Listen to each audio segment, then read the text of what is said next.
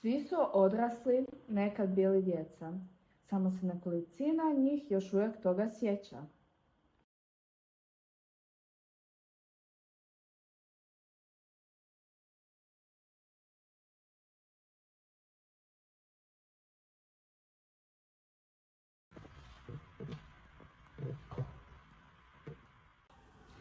Trebalo mi je dosta vremena da shvatim odakle je došao. Činilo mi se da mali princ, koji mi je postavljao mnogo pitanja, nikada ne bi čuo moja.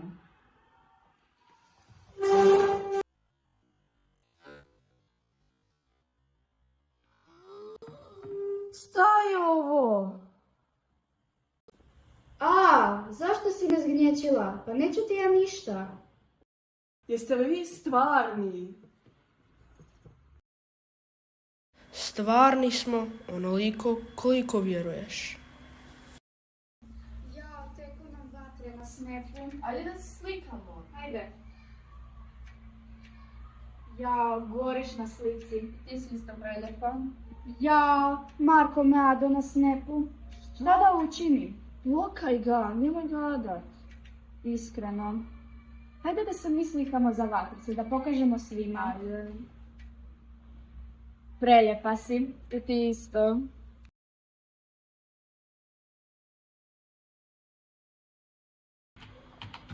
Joj, moram danas.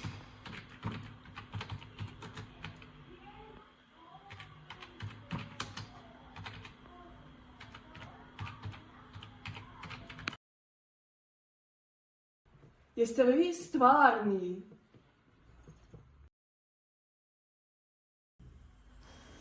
Zaboravili su kako je to biti dijete. Lijepo je ono što se ne vidi očima.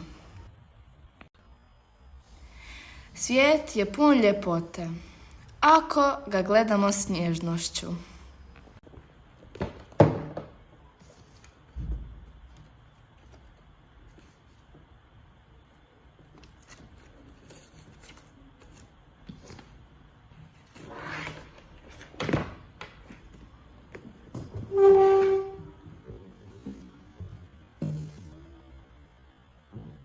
Svatko nosi svoju priču.